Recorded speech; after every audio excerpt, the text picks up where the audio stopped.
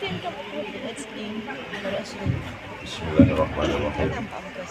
Assalamualaikum warahmatullahi wabarakatuh.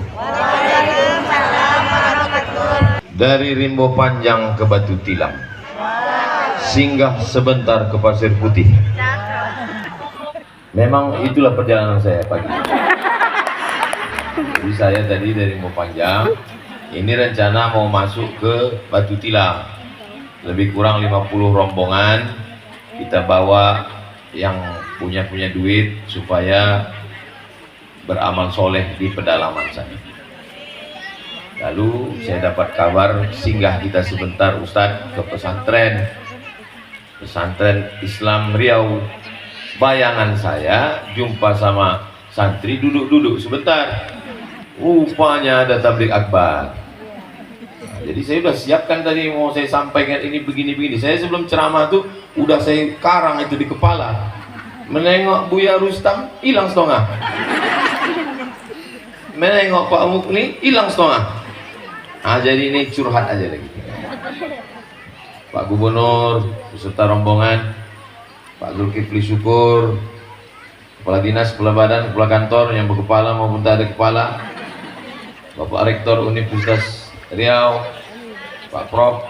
Dr. Rinaldi, Ketua Yayasan Tabung Wakaf Umat, YLPI, Bapak Kepala Kantor Kementerian Agama, Komisaris PT Riau Petroleum, yang tak saya sebutkan, jangan sakit hati, jangan tersinggung, karena saya tak ingat dan tak pula ada namanya di situ, tak bisa saya baca. Pak Zibwa,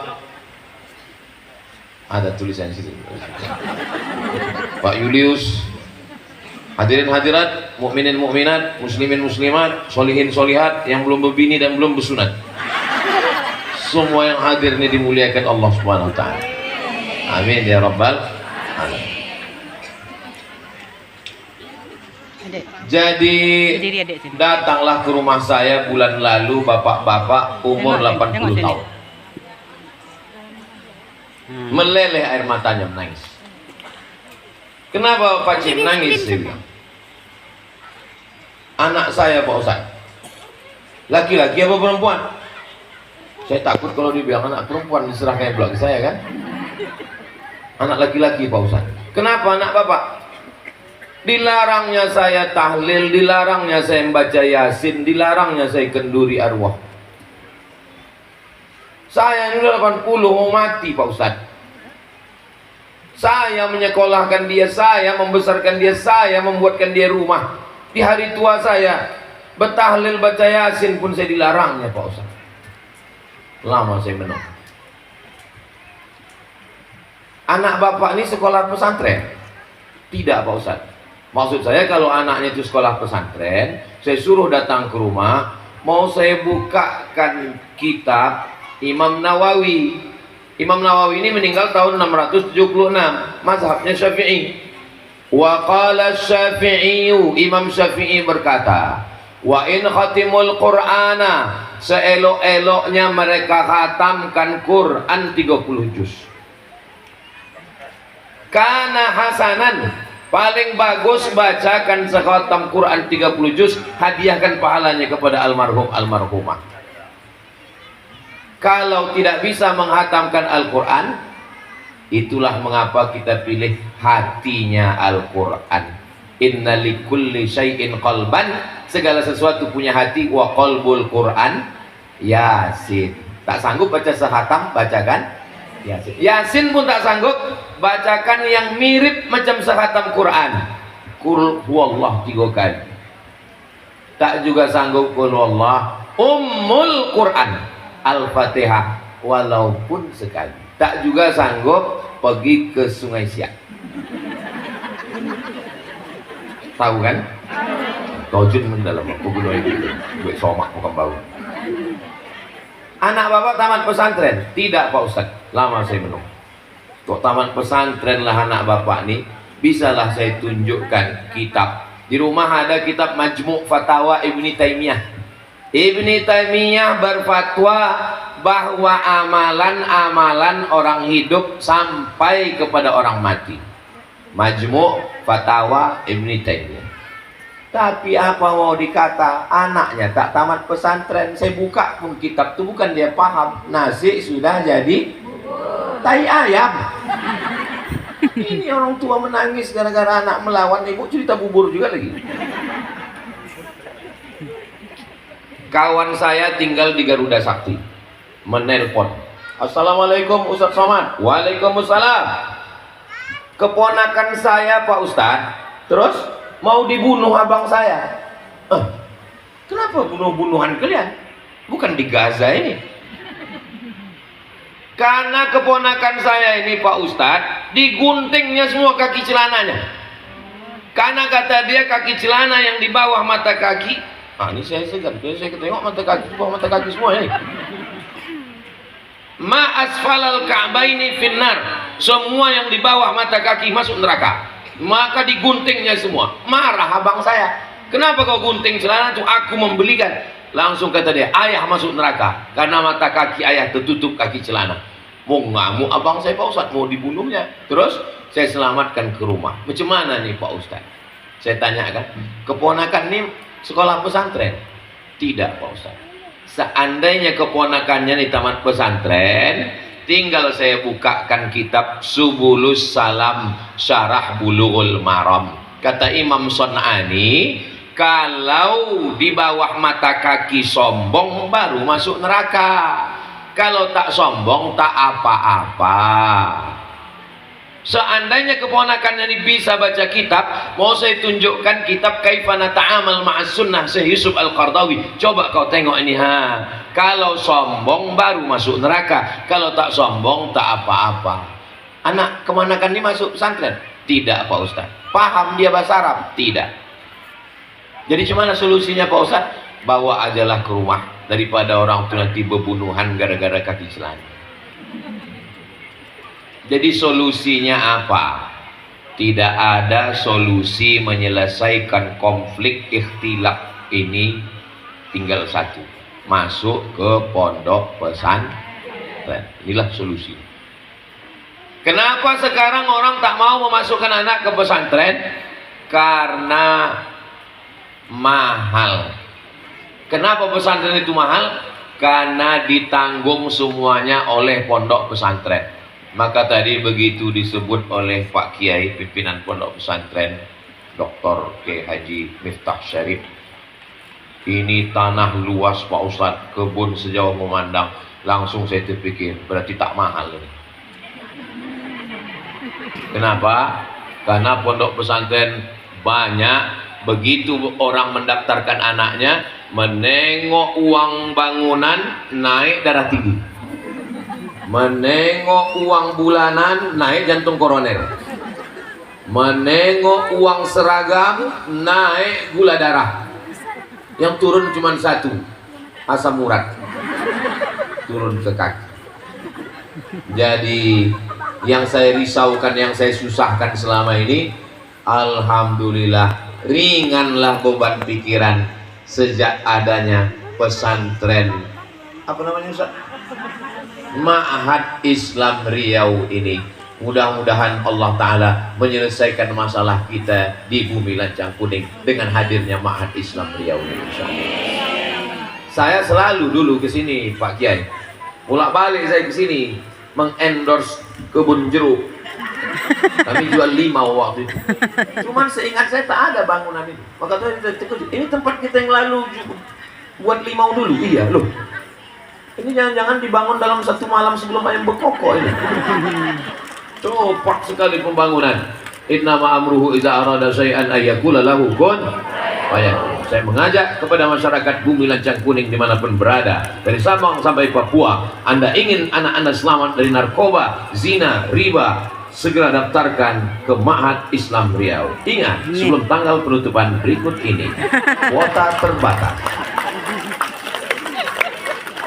Datang Pak Kapolsek, tengok sini, menempeleng anak yang mabuk gara-gara pakai lem kambing. Beli lem kambing, dibuka, dihirup lem kambing, ditangkap semua Kapolsek, tempeleng, kelapak, ketepak. Yang cerita ini Pak Kades, ditempeleng Pak Ustadz. Apa kata anak itu? Saya tidak takut sama Kapolsek, saya hanya takut pada Allah.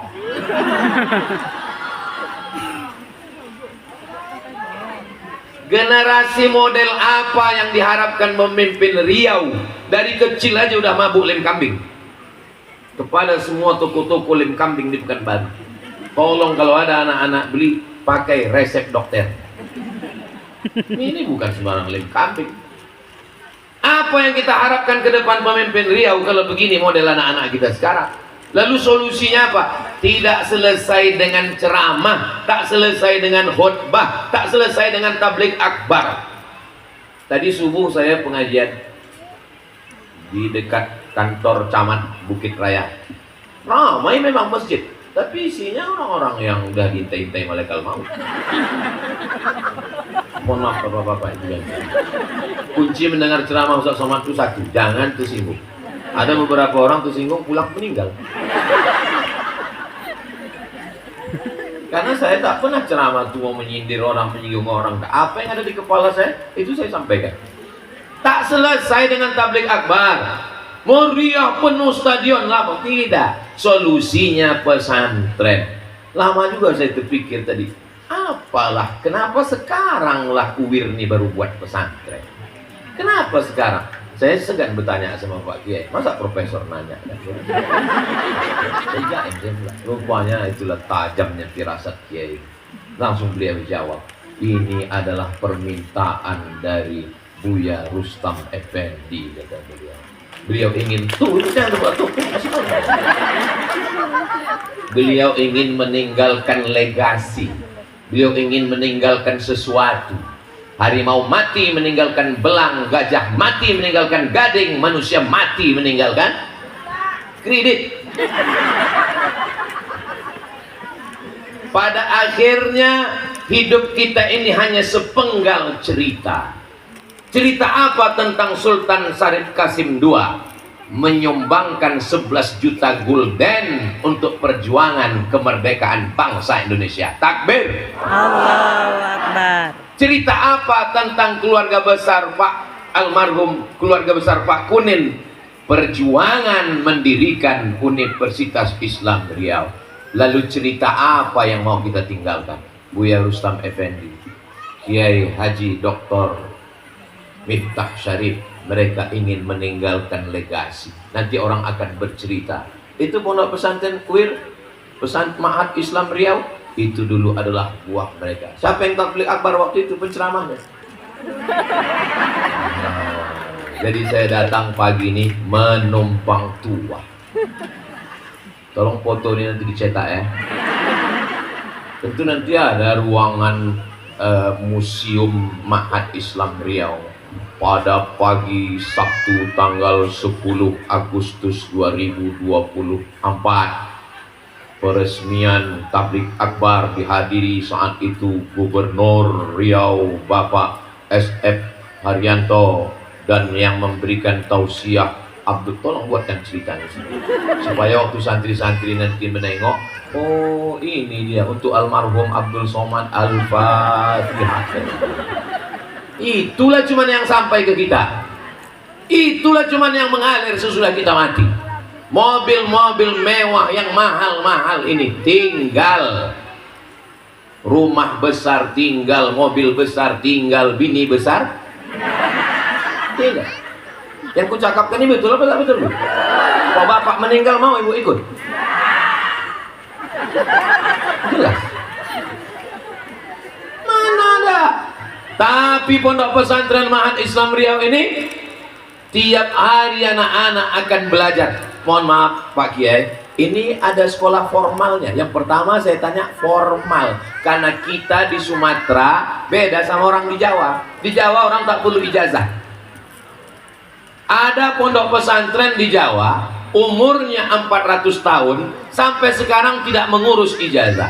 Waktu kami tanya, ini ada formalnya Pak Kiai? Ora ono.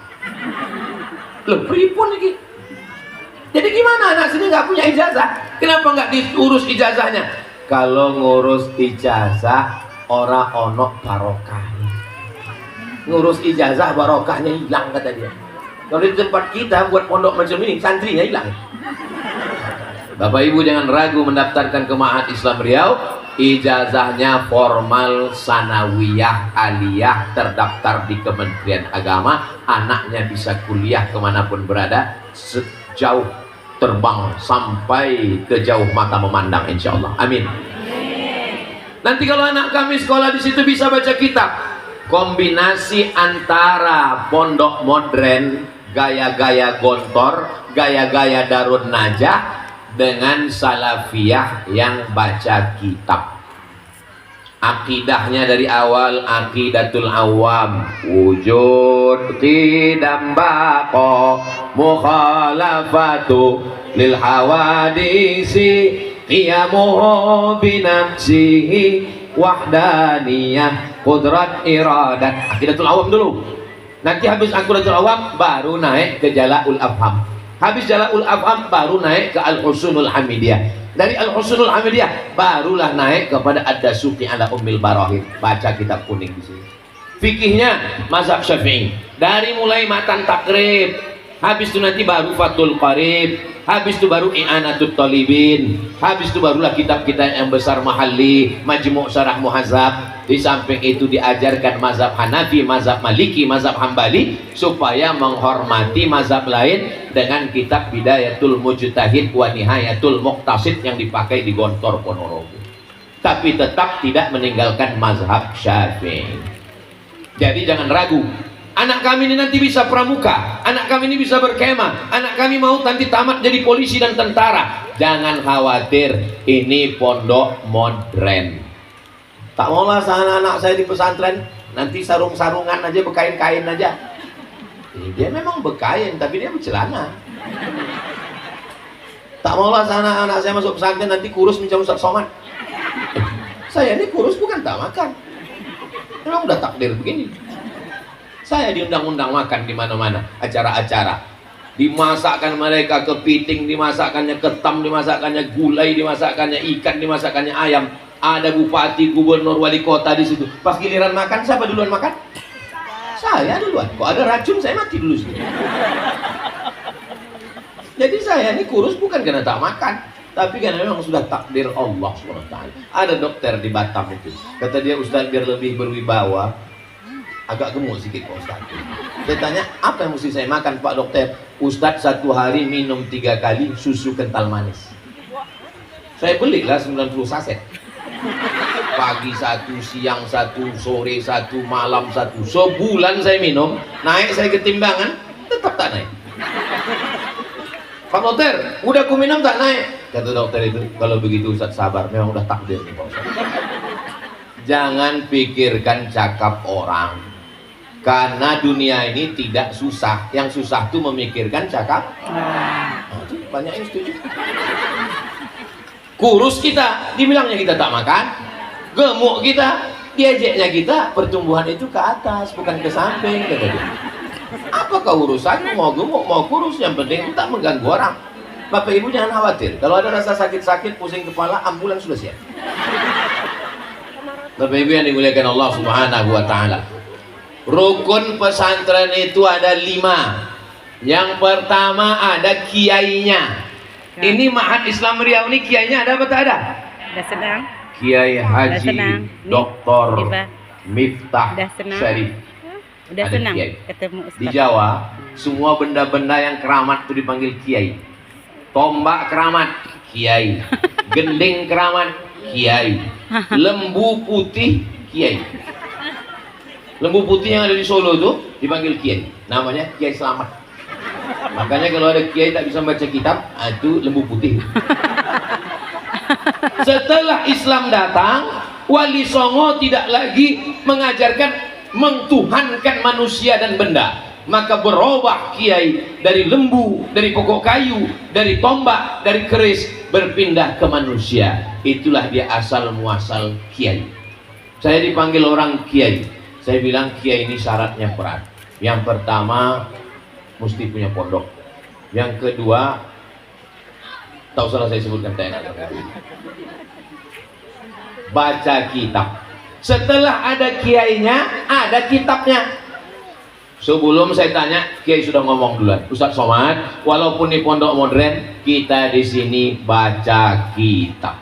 Kiainya ada, kitabnya ada. Yang ketiga, ada santrinya. Inilah anak kemanakan kita yang akan kita daftarkan kemana. Siap ibu mengiklankan Ma'had Islam Riau ini? Dari bunyinya macam tak siap tengok. Macam marah pula. Tolong uploadkan ke Instagram, TikTok, ke Facebook semua, daftarkan semua. Bukan untuk kita. Ini tidak ada untungnya sama sekali sama Ma'had Islam Riau. Tapi kita mau mendapatkan amal jariah. Satu anak yang gara-gara ibu, tetangga ibu, kawan ibu, sepupu ibu, sahabat ibu daftar ke sini, anak itu jadi anak soleh, selamat dia dari narkoba, ibu dapat pahala mengalir. Aku ini memang jahat Pak Ustadz, aku dulu tak orang baik Pak Ustadz, aku dulu tak belajar agama Pak Ustadz, aku tak pandai mengaji Pak Ustadz, anak kemanakanku mesti baik, mantap. Sekarang banyak orang, aku ini bodoh Pak Ustadz, anakku mesti lebih bodoh dari aku Pak Ustadz. Ada kiainya, ada kitabnya, ada santrinya, ada masjidnya. Kalau belum ada masjid, mudah-mudahan terwujud masjid yang megah meriah seperti Masjid Al-Munawwarah di Uwir sana. Saya 6 bulan pertama pulang mengajar di Masjid Al-Munawwarah. Ada masjidnya, ada santrinya, ada kiainya, ada kitabnya, ada manhajnya, metode yang tak ada di sekolah lain. Jangan anak yang tak lulus di SMP negeri, tak lulus di SMP plus, tak lulus di SMP berprestasi, daripada anakku tak sekolah, ku masukkanlah ke Ma'had Islam Riau Pak Ustaz. SMP pelajaran cuma 5 Bu, 5 Pak. Fisika, kimia, biologi, matematika, bahasa Inggris, 5.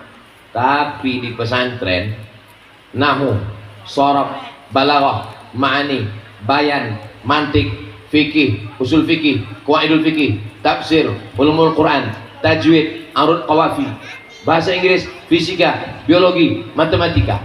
Jadi kalau anak yang bodoh dimasukkan kemari, 2 gendang, kalau tak gilo mati. Cari anakmu yang tercerdas, masukkan ke pesantren.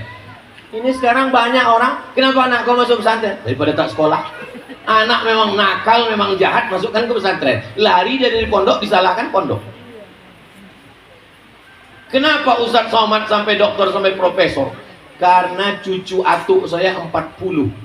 Kata atuk saya, cucuku yang lain terserahlah mau sekolah kemana, tapi cucuku yang satu ini mesti sekolah agama. Maka saya tak pernah sekolah umum.